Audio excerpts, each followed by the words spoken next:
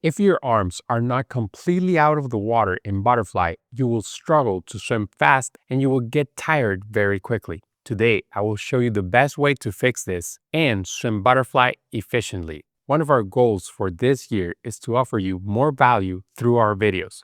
We are planning on doing a free video analysis at least once a month for one of our viewers. Since Nicholas is one of our channel members, we moved him to the front of the line. With permission of his parents, we will review his butterfly technique so we can all learn. The first thing we notice is that his arms are not fully out of the water on many of his strokes, and that slows him down and makes it more difficult to swim butterfly than it should. But before we tell you how to fix that, we need to take into account several things. First, the tempo or the frequency of his strokes. In the first video that they sent us, he has a tempo of 1.22 seconds per stroke. In the second video, he has an average tempo of 1.3 seconds per stroke. For context, Christoph Milak, the best 200 butterfly swimmer in history, has an average tempo of 1.2 seconds in his first 25 meters and goes up to 1.36 seconds in the middle of the race. Those are almost the exact numbers Nicholas has achieved with his arms. All of this to say that his arms are fast enough to be a world-class swimmer. So, what's missing? Why is Nicholas not competing at the Olympics yet? Because he still needs to improve his technique and his strength, and we will trace a path for him with the limited information we have from him. Getting the arms out in butterfly is one of the most difficult parts of the stroke. Many things can create problems here. From these videos, it's not really possible to identify all of them. This is why in our swim camps, we record from different angles and in slow motion. We also have tests and exercises outside the pool to assess each area. But we will take a very close look at this video and use our intuition to assess some of these. Shoulder mobility and flexibility, these two are very common issues for swimmers. And it may be an issue for Nicholas too. The difference between mobility and flexibility is whether a muscle relaxes or contracts. For example, you lack flexibility if you're stretching your shoulder and you cannot reach very far. You are missing flexibility on the front part of the shoulder, maybe also the chest muscles, and the neck. I will show you how to test flexibility and mobility in a little bit. You lack mobility if in the same position, your other arm is unable to reach back and up. It means that the muscles on the back of the shoulders are missing strength or nerve activation. If the front muscles cannot relax enough to let your shoulder go back like this, you miss flexibility. If your muscles cannot pull and contract your shoulder and your arm like this, you're missing mobility. To see what you are missing the most, stand next to a wall with the back of your hand touching it, your torso facing another wall in front of you. Now lift your hand up as much as you can. Without separating the hand from the wall, check to see how high you got by stepping next to your hand. If it is at shoulder height, then your flexibility is good. If it's at your tummy area, then you need more flexibility. Now do the same, but try to reach back with your other hand. If your fingers are able to touch, then you have enough mobility on the arm that is not touching the wall.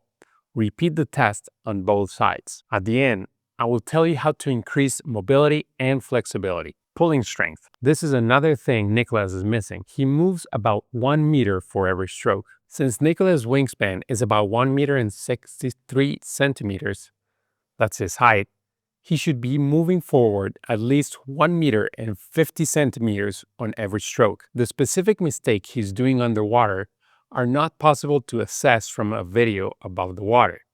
But from our experience, the most common issues are spreading the fingers too much, not having them tense, and also dropping the elbow. Pulling range of motion. One of the challenges Nicholas faces is to keep the same stroke tempo while pulling all the way without cutting the stroke short. Right now, it looks like he is cutting the stroke short. To pull all the way back, he will also need to correct the next thing on the list, the angle of the torso. If I had to bet, one of the three main reasons why he is unable to get his arms out is that his torso is not sufficiently horizontal.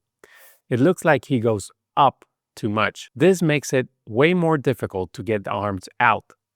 It might be counterintuitive, but if you think about it, you need less mobility if your torso is more horizontal than vertical.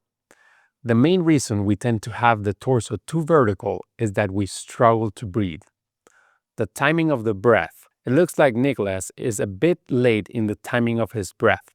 Think about breathing when the arms are down and putting the head down when the arms are out. This will fix a lot of the struggle of getting the hands out completely by putting the torso in a better horizontal position. Core strength. It is no secret that butterfly requires core strength to swim fluidly, not only to move the legs down quickly, but also to pull efficiently while maintaining a straight torso during the last phase of the pull. From the video, this is not possible to assess, but strength is not enough. Spine mobility. We won't go into a lot of detail on how the spine moves since I can see his hips coming out during most of the strokes. This means the spine movement is not a problem for Nicholas. Finger position. Like we said before, the fingers need to be strong and slightly separate to pull water towards the feet efficiently.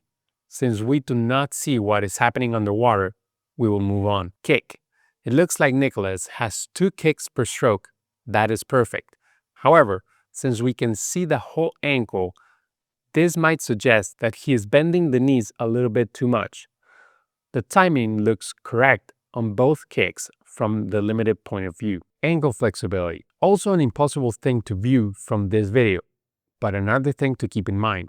Having the ankles mobile is very important to have good movement forward and to be able to lift the hands out. We will focus on the 3 main things that have the most potential to improve this one mistake. Timing of the breath, angle of the torso, and shoulder mobility. Doing at least 10-25s, trying to breathe while the arms are pulling and putting the head down while the arms are going out will start to help. You might need to do this twice per week for 2 or 3 months to be able to adjust it naturally. The angle of the torso needs to be corrected by a simple mind shift. Instead of trying to get the hands and arms out of the water, the goal should be to jump over an imaginary obstacle with your chest and whole body. Practice 5-25s butterfly at least once per week, thinking about jumping over an obstacle.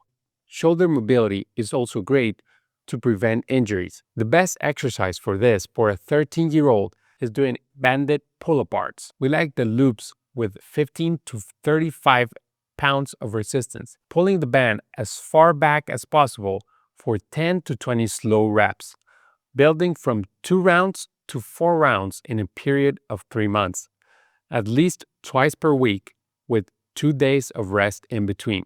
For a bonus stretch, wrap the band around the pole and then around your wrist and let it pull your shoulder back for at least 30 seconds for 3 rounds. You can also create a little resistance for 2 seconds every once in a while. If you enjoyed this video and you want to send in your video, check the link in the description.